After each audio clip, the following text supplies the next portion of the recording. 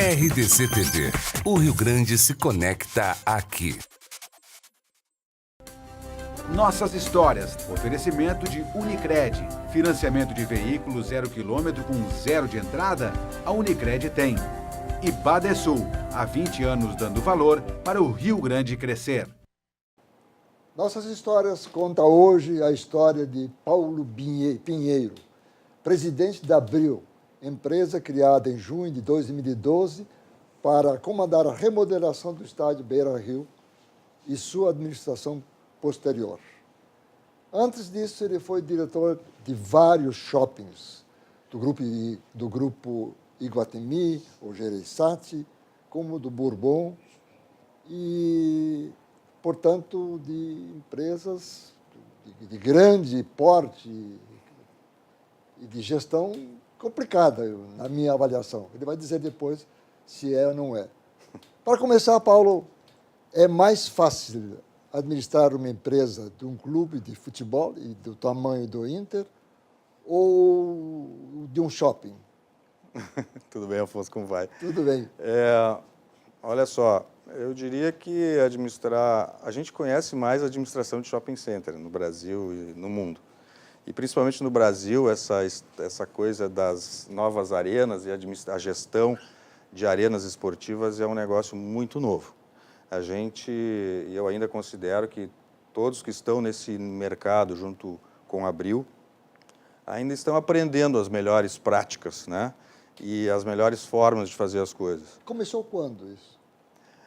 Olha, com a Copa do Mundo? Eu diria que começou com a Copa do Mundo, sim. Começou em 2014. Com a construção de estádios e arenas, etc. O conceito das arenas multiuso, que é o conceito de gerir um estádio de futebol além das suas 4 linhas, além do futebol especificamente, para que ele seja multiuso efetivamente, isso nasce com os estádios padrão FIFA, né, que foram construídos para a Copa do Mundo. Uhum. Bom, e aí? É mais fácil hoje administrar shopping center. Por mais que o varejo esteja com uma tremenda dificuldade, a gente sabe, mas a gente conhece mais isso, né? Eu acho que o mercado, o negócio shopping center é mais conhecido do que o negócio gestão de arenas. Mas, na gestão das arenas, eu acho que, aí puxando um pouco para o meu lado, né, para a experiência que eu tenho, eu consegui fazer uma junção de várias experiências anteriores, né? Tanto no varejo, shopping center, na net, lidar diretamente com o consumidor final.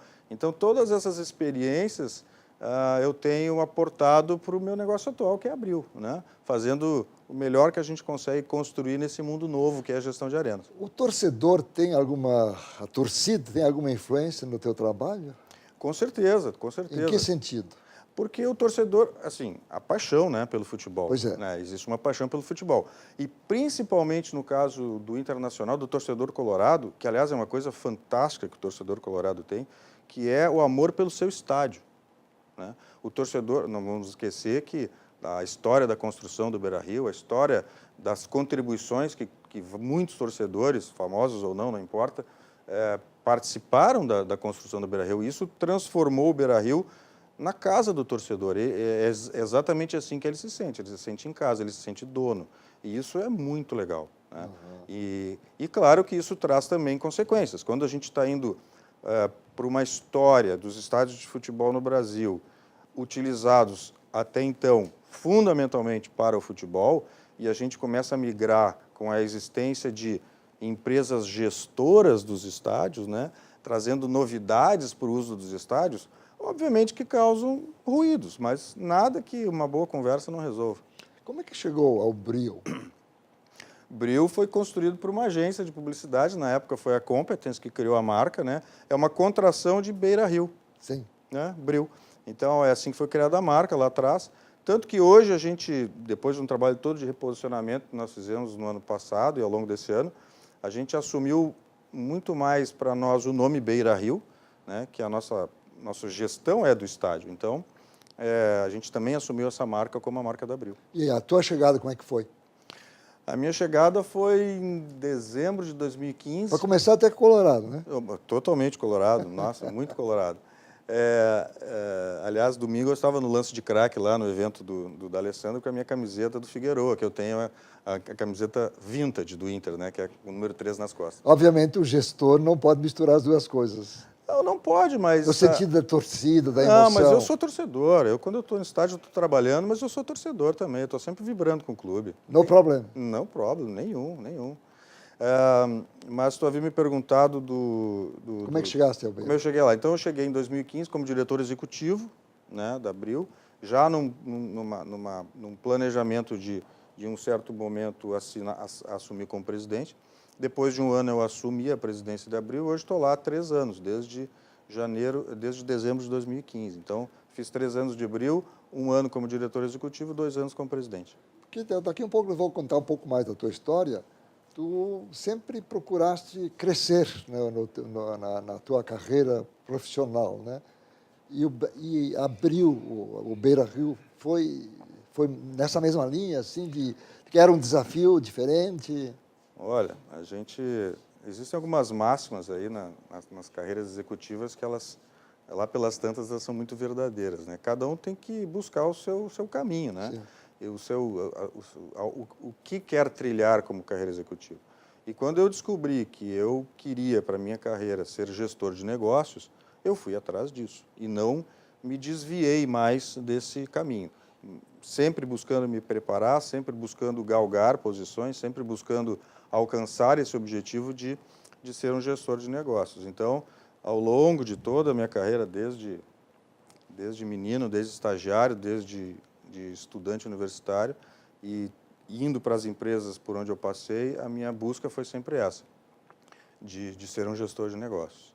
E o Beira-Rio, o Abril, como é que entrou? Abril veio num projeto... Na sequência de alguma coisa? Sim, eu estava no grupo, acho que no grupo Bourbon Zafari. Eu fiquei 4 anos trabalhando na rede Bourbon Shopping, como diretor executivo. Saio de lá e tenho uma breve passagem no Grupo Almeida Júnior em Santa Catarina, como diretor de 2 shoppings. E, nesse meio tempo, eu criei uma consultoria, né? Eu também tinha esse objetivo de buscar uma experiência de um negócio próprio, né? E criei uma consultoria em varejo, chama Capadócia Negócios, que trabalha comigo meu irmão, que hoje toca esse negócio da Capadócia, em função, obviamente, do tempo que eu tenho que despender para Abril. E o mundo executivo é um mundo que tu constrói carreiras, tu constrói a tua imagem de carreira, tu constrói através também das tuas conquistas, dos seus resultados. E eu fui chamado por uma entrevista com o então presidente da Abril, Marcelo Flores, que estava buscando um diretor executivo para a empresa. E das nossas conversas, ao longo do ano de 2015, surgiu então um convite em novembro para eu assumir esse projeto. Eu tinha, na época, então, passado por todas as minhas experiências de 12 anos de RBS, 11 anos de Grupo Gereissati, administrando shopping centers, 4 anos de Bourbon Shopping, então eu tenho 16 anos de gestão de shopping center, né, na vida. Essas experiências todas, imagino eu, que chamaram a atenção deles para me fazer um convite para ir para Abril. O Beira-Rio é uma espécie de shopping? O Beira-Rio tem 120 operações de varejo. Já, agora? Não, ele tem e estão em locação. Sim. Por exemplo, os 64 bares dentro do estádio são administrados pela Abril. São operações de bares, são lojas, sim. são bares. Nós temos 39 lojas do lado de fora do estádio, também são administradas por nós. Administradas, nós locamos esses espaços. Né? Sim. Nós temos no Sunset o espaço em containers para 10 operações. Né? É um shopping. Na somatória tem um restaurante no Beira-Rio. Né? Tem um grande auditório? Tem um grande auditório no Beira-Rio. O Beira-Rio é um grande teatro, né? Vários espetáculos, futebol, shows e tal. Então, é uma operação de varejo também, sim, e tratada como tal. Ainda falando da Abril, e a queda para a Série B e a ascensão agora, que foi muito bonita, né, do ano que passou, né? Maravilhoso. Disputando, inclusive, o campeonato do brasileiro, etc. Como é que foi? Primeiro, houve uma interferência negativa quando caiu para a Série B ou não? Sim. O que acontece? Vamos falar do preço médio dos campeonatos, né? O ticket médio de um torneio como a Série B, ele é menor inclusive o preço de ingresso, é menor do que os ingressos lá. Mas a Abril, ela não é só futebol, né? O carro-chefe da Abril é futebol, 45% do faturamento da Abril vem do futebol, né? E das consequências do futebol, como as operações de bares e tal. Então, quando eu olho para uma situação, aí eu tenho que olhar sempre com o meu olhar business. Meu negócio é o business Bril, que tem entretenimento, que tem futebol, que tem varejo.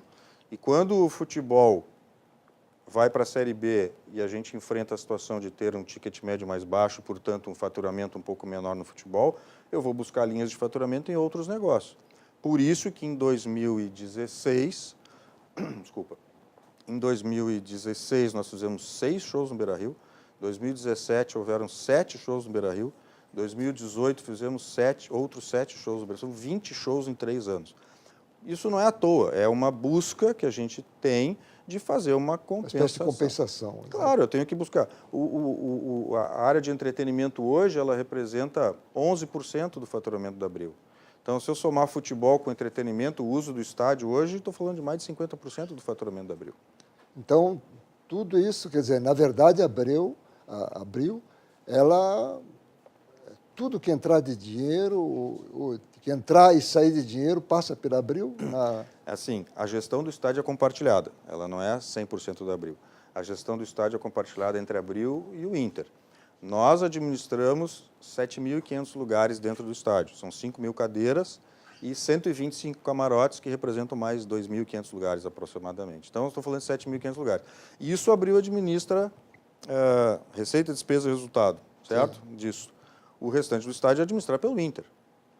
Entendeu? Nós temos uma bilheteria própria, nós temos um processo de venda próprio, nós temos toda uma gestão própria destes espaços chamados o coração do gigante, que é o nosso guarda-chuva de marketing para esse nome. Paulo, nós vamos fazer um intervalo. Tá bem. E na volta nós vamos querer ouvir um pouco a tua história, porque esse é um programa que conta histórias, nossas histórias. Bacana.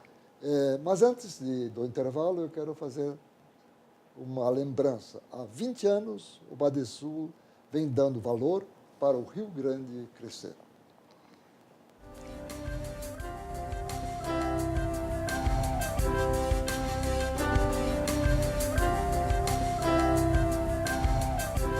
Nós estamos conversando com Paulo Pinheiro. Ele é o presidente da Abril, empresa que administra o Beira-Rio do Inter.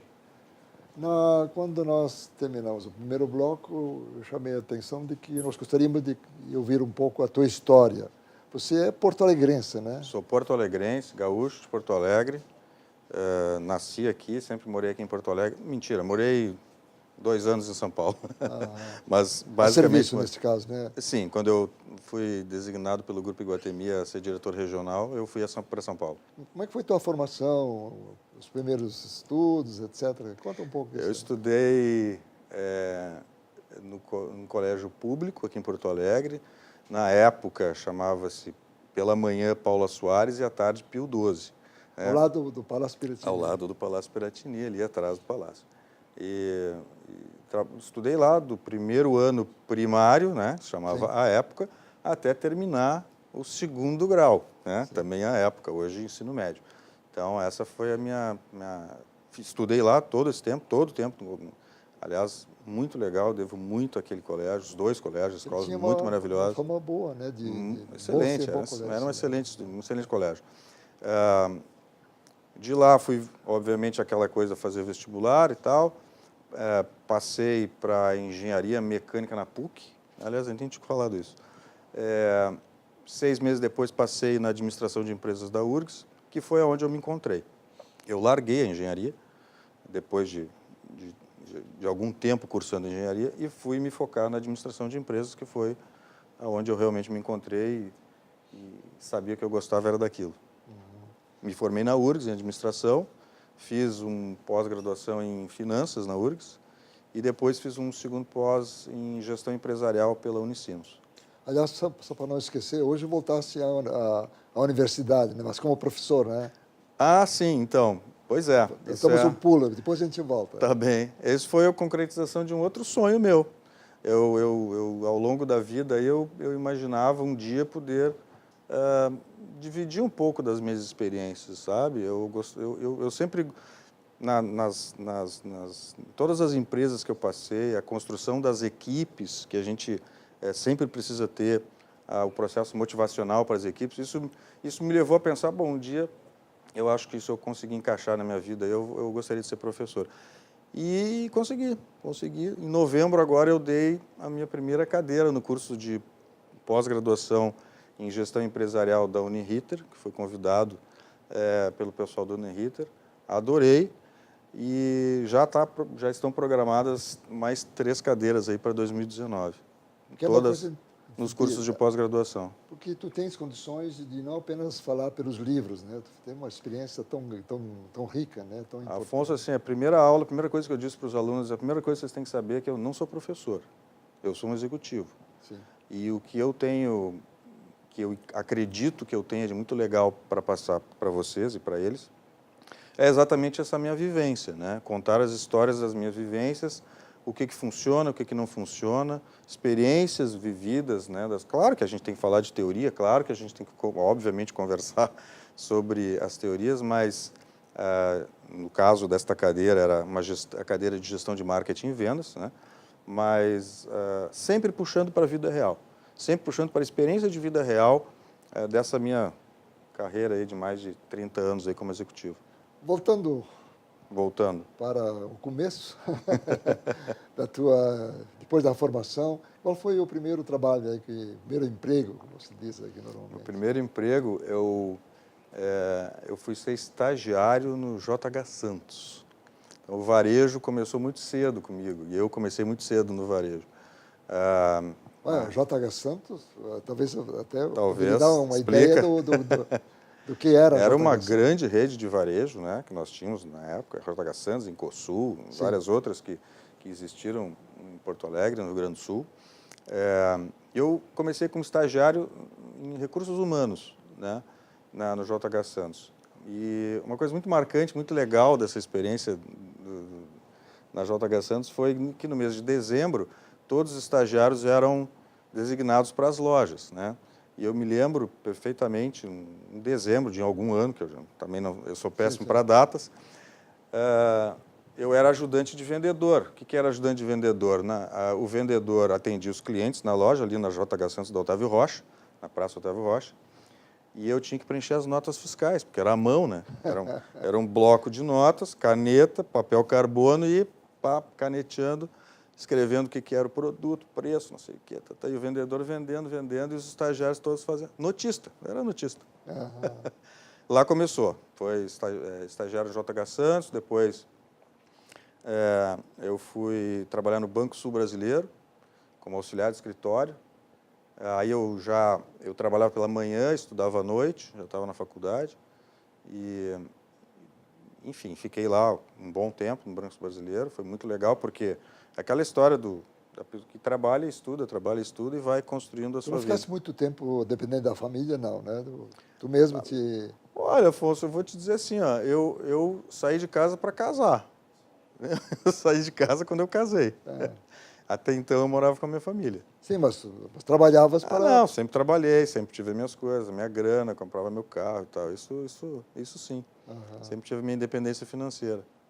Né? Aliás, hoje os jovens ficam até mais tempo Eu na acho que eu família. antecipei um pouco dessa tendência aí, naquela época, sabe? Bom, e depois, como é que... Aí... Banco Sul Brasileiro, depois eu entrei no programa de trainees do Grupo RBS, né? Entrei em 1986 no Grupo RBS, fiquei 12 anos lá. Eu tenho, assim, para mim, que o Grupo RBS foi uma grande escola de formação para mim como profissional, uma grande escola, ainda é até hoje, com certeza. Fiz grandes amigos, até hoje tenho muitos amigos que trabalharam juntos ou que a gente passou por experiências lá. Assim como meus 11 anos no Grupo Gereissati, né, no mundo do shopping center, foi também, digamos assim, a minha pós-graduação executiva, né? Mais ou menos por aí que eu me classifico, assim. Mas na RBS foi importante na implantação da NetSul, né? Eu passei por várias áreas, disso, né? Nós estamos sendo transmitidos pela NET. Né? Pela NET, então, é isso aí, canal 524 e 24 da NET. Sim, foi um dos grandes projetos que eu participei. Tive o prazer de participar do projeto de implantação da NET. Na época chamava-se NET Sul, porque era a RBS que tocava Rio Grande do Sul e Santa Catarina, a implantação do projeto de TV a cabo, tanto no Rio Grande do Sul como em Santa Catarina. E foi um trabalho maravilhoso, com uma equipe maravilhosa, fantástica. Lá eu conheci profissionais sensacionais. Tu chegaste, inclusive, a ajudar digamos, a colocar, onde colocar as torres, essas coisas assim, né? Digamos, a parte mais física, estrutural também, né? Essa era uma coisa bacana, assim. O que é montar uma NET? O que a gente fez? É montar uma NET numa cidade do interior, por exemplo. Nós íamos para Bagé, por exemplo, uma das cidades que a gente ajudou a construir o projeto, com um pessoal da área técnica e um pessoal da área de gestão administrativa. E lá nós, com uma planta da cidade, um carro, uma planta no capô do carro, nós íamos circulando pela cidade, nas casas, e desenhando, então, na planta onde o cabo ia passar, né? E depois cruzávamos essa informação, obviamente, com todos os dados que nós tínhamos, de business plan e de pesquisas, e daí se construía, então, tecnicamente, a rede que seria implantada naquela cidade. A partir daí, se alugava uma sede, se montava uma sede. Nós tínhamos um grupo de trainees, né, que também estavam em treinamento em Porto Alegre. Esses trainees depois foram designados para cada uma das cidades. Formava-se uma equipe, inaugurávamos e saía vendendo a assinatura da NET. Uma experiência maravilhosa. Eu me lembro vou te contar a história, estou contando histórias, né? Sim. Teve e aí trabalhava conosco um cara na área de vendas fantástico, Pedro Paulo Peixoto, que hoje é professor aqui em Porto Alegre também, grande amigo. E eu me lembro de nós o processo de venda de assinaturas da NET em Rio Grande. Nós, quando eu digo a NET, né? Sim. Sempre vestindo o chapéu da NET. Então, nós montávamos uma equipe com um carro de som e uma equipe de vendedores. O carro de som entrava pelo bairro, anunciando a chegada da NET, chamando as pessoas para vir para a rua, e os vendedores atendendo as pessoas no meio da rua, batendo nas casas. E assim nós começamos a vender a assinatura da NET. Bem de interior, né? Bem de interior, exatamente. Era muito bacana. Bom, depois que entraste nos shoppings, sim, dá um relance de como foi isso. Depois do mundo do shopping, eu comecei no Praia de Belas, fui convidado através de um headhunter de São Paulo, processo de seleção, e assumi como gerente geral do Praia de Belas Shopping aqui em Porto Alegre. Eu fiquei 8 anos como gerente geral do Praia de Belas. Aliás, um grande beijo aí para toda a turma do Praia de Belas, que ainda é meu shopping do coração. Não tem como ser diferente. E o Praia de Belas, então, entrou na minha vida, o Grupo Gereissati entrou na minha vida, né, que que é responsável pela rede Iguatemi de shopping centers, e tem o Praia de Belas também no seu portfólio. De lá, dessa carreira de 8 anos como gerente geral, eu fui convidado a assumir uma diretoria regional, foi quando eu fui para São Paulo, onde eu passei a ser gestor de 4 dos shoppings do grupo, né? Na época, o Iguatemi Rio, Iguatemi Florianópolis, o Praia de Belas e a participação que o grupo detinha no Iguatemi de Caxias do Sul. Depois, foi para outro grupo? Bom, foram 11 anos de grupo Gereissati, de shopping center. Continuei no mundo do shopping center, porque aí recebi um convite para assumir a diretoria executiva da rede Bourbon Shopping, do Grupo Zafra, onde eu fiquei outros 4 anos, né, na administração da rede Bourbon Shopping. Inclusive, participei da inauguração do Bourbon Valley, conheci o primeiro shopping do grupo em São Paulo, que era, então, na época, o Bourbon Pompeia, hoje o Bourbon São Paulo. Empreendimentos maravilhosos que o paulista aprendeu primeiro os gaúchos que moravam em São Paulo, porque tinha um supermercado Zafra dentro do shopping, né? Então, era um chamariz fantástico para o shopping. O shopping é um sucesso, no bairro de Perdizes. Agora já tem outra operação lá, mas também uma experiência maravilhosa de gestão de um outro tipo de shopping, né, com a força do Grupo Zafra. Depois foste para Abril, então. Depois eu tive... Sobre isso, inclusive, nós vamos falar no terceiro bloco. Tá bem. Mas antes de fazer o intervalo, eu queria lembrar que há 20 anos o Badesul vem dando valor para o Rio Grande crescer. E financiamento de veículos 0 km, com 0 de entrada, a Unicred tem um jeito prático e seguro para você trocar de carro sem precisar mexer nas suas aplicações. As taxas são super atrativas, a partir de 0,79 ao mês. Cooperado em Unicred. Fale agora mesmo com seu gerente e aproveite. Um intervalo e voltamos a seguir, falando mais ainda sobre o que é esse shopping chamado Beira Rio.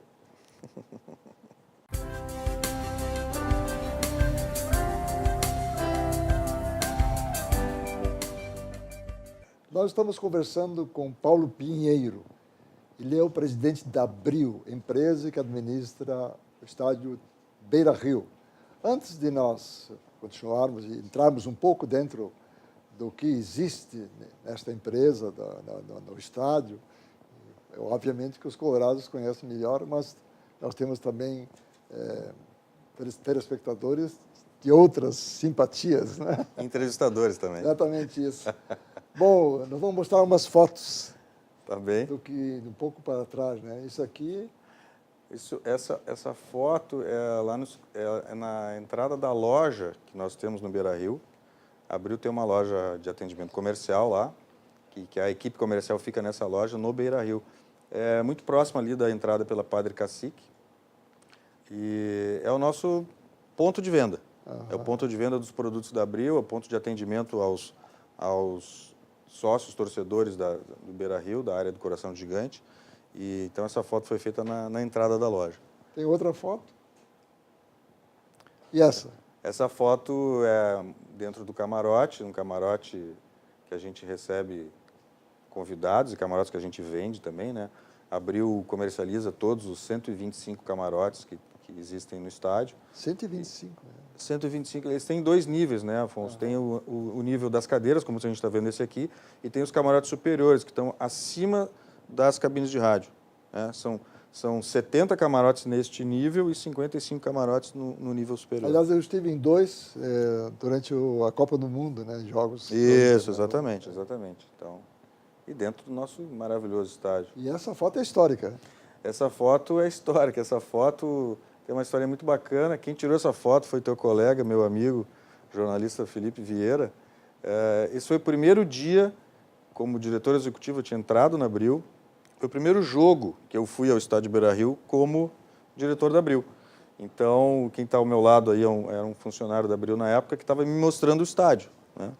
Uma coisa é tu ir lá como torcedor, outra coisa é tu colocar um olho no estádio dizendo, bom, isso aqui agora eu tenho que administrar.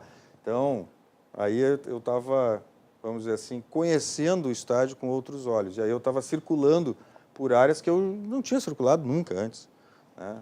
Muitas áreas internas do estádio, corredores de acesso, enfim. E também conhecendo as áreas todas da Abril, né? Foi aí que eu comecei E essa foto é aquele primeiro dia. E o Felipe estava num camarote, provavelmente, pela altura da foto, e aí tirou essa foto e me mandou. Aí, Paulo trabalhando. Uma bela lembrança, né? Então, conta agora um pouco como é que... Vamos entrar um pouco nesse que eu chamei de shopping, né? Enfim, o Beira Rio, as lojas, as operações. Conta um pouco... Quando tu chegaste em 2015, ainda era, digamos, o Beira Rio ainda tinha poucas operações ou não, né? Olha, vamos lá. O que é a Abril, né? A Abril administra, como eu tinha comentado anteriormente, 7.500 lugares no estádio, são 5.000 cadeiras e 2.500 lugares em 125 camarotes. Isso a gente administra, vende os ingressos e tal, e faz o processo de comercialização dessas áreas. Então, isso é futebol. Também em futebol, nós administramos os 65 bares que tem dentro do estádio. 65 bares. São 65 bares. Estes bares foram locados já na Copa do Mundo, né? Então, tem grandes operações como Oca de Savoia, Cachorro Quente do Rosário, Celeiro de Ases e outras, né? Mas não são 65 proprietários, não, né? Não são 65 proprietários. São, por exemplo, a Oca de Savoia tem 11 lojas. Ah, sim. Porque são espalhadas no estádio, né? Na rede. Isso, são redes de lojas. Então, essas operações funcionam nos dias de jogos e de shows, né? São os dias de eventos, né? A gente chama de eventos, não só shows, existem outras atividades que a gente faz também. Então, são 65 bares, isso a gente faz a administração. Nós tem 39 lojas do lado de fora. Eu falo os números totais, nem todas estão locadas. Das 65 lojas, nós temos hoje mais 50 locadas, né? Das 39 lojas do lado de fora do estádio, hoje nós tem 15 ainda para alocar. Então é um pouco mais complicado. Depois nós temos o Sunset também, que a gente opera, que é aquela área contígua ao edifício garagem, que é um local que nós temos operações em container, é um open mall, e quando a gente faz onde a torcida chega para ir ao estádio, lá que se reúne, lá sempre tem música, tem alegria e tem a torcida se reunindo para uma concentração para entrar no estádio. Tem operações permanentes? As lojas externas são permanentes, elas podem ser permanentes. Essa é uma adaptação que a gente teve que fazer do varejo, né? Porque essa ideia de que hoje a gente possa funcionar como um shopping center das 10 às 22 horas não existe. Não. Isso não é possível ainda. Não há trânsito, inclusive. Não há pessoas, trânsito ainda. Quando a gente olha para os mercados mais desenvolvidos, como Estados Unidos e Europa, isso já é uma realidade, né? Que é onde a gente está caminhando. A gente está caminhando para construir esse tipo de experiência, né? Para fazer com que as pessoas passem o dia inteiro lá e não simplesmente no horário do jogo. Então, essa é a vontade, esse é o planejamento que a gente tem. Mas tem dias que não tem jogo, não tem show. Mas igual das lojas funcionam. Que tipo de loja? Tem coisas assim do... Bom, existem lojas de alimentação, né? De alimentação, alimentos e bebidas, e existem as lojas do Intershop, né? Que vendem produtos licenciados do Esporte Clube Internacional. Portanto, roupas. Isso, e roupas esportivas, roupas e acessórios, né? Sem acessórios, sim. O museu do Inter funciona todos os dias, então ele gera um tráfego, né, diário no estádio. Nós temos um restaurante que funciona diariamente no Beira-Rio, né, o Hollywood Internacional, que é o nome do restaurante, funciona todos os dias lá, atende os funcionários do clube e as pessoas da redondeza. E a gente vem trabalhando para oferecer para aquela região outras alternativas de varejo que possam funcionar mais tempo. Basicamente, serviços, conveniência, alimentos e bebidas e temas voltados ao esporte. Esse é o mix de lojas que a gente está buscando lá. Além disso, a gente tem o edifício garagem, né, que a gente administra lá, são 3.000 vagas cobertas, 2.000 cobertas e 1.000 descobertas, mas também é administração por nós. Abril administra toda a área... O edifício garagem, inclusive, deve estar funcionando com carro durante... Todo dia. Permanentemente. Todo dia, permanente.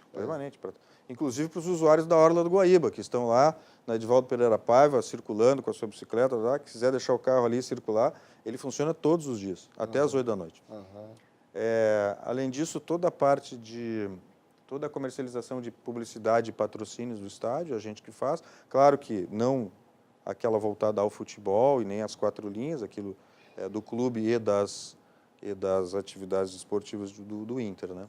Então, enfim, são vários negócios num único negócio. Não é só varejo, como chamou de shopping, sim, tem um shopping lá, não é só varejo, é entretenimento e o que entretenimento, a parte dos shows que nós administramos também. Nós locamos o estádio para diferentes tipos de atividades, como shows, como a gente já tivemos lá campeonatos de games, nós já tivemos outros tipos de atividades e estamos programando coisas novas ainda para o ano que vem. Hoje, viajando num aplicativo, falei que nós íamos conversar hoje de noite, ele disse, pergunta para ele, para o Paulo, o que vai sair do Gigantinho? O Gigantinho não faz parte da nossa parceria com o clube, o Gigantinho é administrado diretamente pelo clube. Eu sei que o clube tem planos tanto está buscando empresas ou interessados em fazer a reformulação do Gigantinho. O Gigantinho, hoje, ele está sendo utilizado, sim, existem empresas que fazem alguns eventos lá, mas ele tem um fator que limita, que é a quantidade de pessoas que os bombeiros permitem para atividade de eventos lá dentro. Mas ele é administrado pelo clube. Tem as assembleias do CEPERGS, né? Bom, então... tem sido menos ultimamente. Em algum lugar eles têm que se reunir, então que seja lá, não tem problema nenhum. Bom, e os teus planos aí? Meus planos é continuar desenvolvendo, obviamente, o Beira-Rio como um espaço multiuso. 2019 está aí, grandes desafios e grandes jogos nos esperam, né? O Inter na Libertadores da América, Sim, sim. nós vamos ter 4 campeonatos no Beira-Rio, Gauchão, Libertadores da América, Campeonato Brasileiro da Série A e a Copa do Brasil. O Inter, então, retomando o espaço de onde ele nunca deveria ter saído, assumindo sua condição de protagonista no futebol brasileiro e mundial. Vem aí um 2009 fantástico e que certamente a torcida colorada vai ao Beira-Rio incentivar o clube que cada vez conquiste mais o coração dos torcedores colorados. Paulo, nós queremos te agradecer a presença aqui, contar a tua história, né? Eu tinha muita curiosidade, embora seja gremista, mas de conhecer um pouco como é que funciona... Não interferiu. Tá bem. como é que funciona realmente uma arena com toda essa pretensão de multiuso. Mas antes de encerrar, eu queria fazer uma nova lembrança. Há 20 anos, o Badesul vem dando valor para o Rio Grande crescer. Muito obrigado. Obrigado também ao telespectador que nos assistiu nesses 45 minutos. E até a próxima segunda-feira, terça-feira, sempre às 20h15, às 8h15 da noite. Até lá.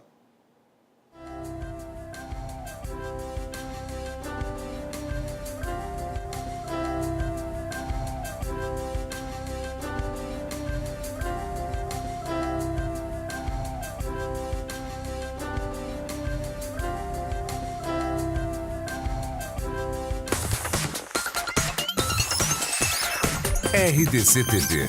O Rio Grande se conecta aqui.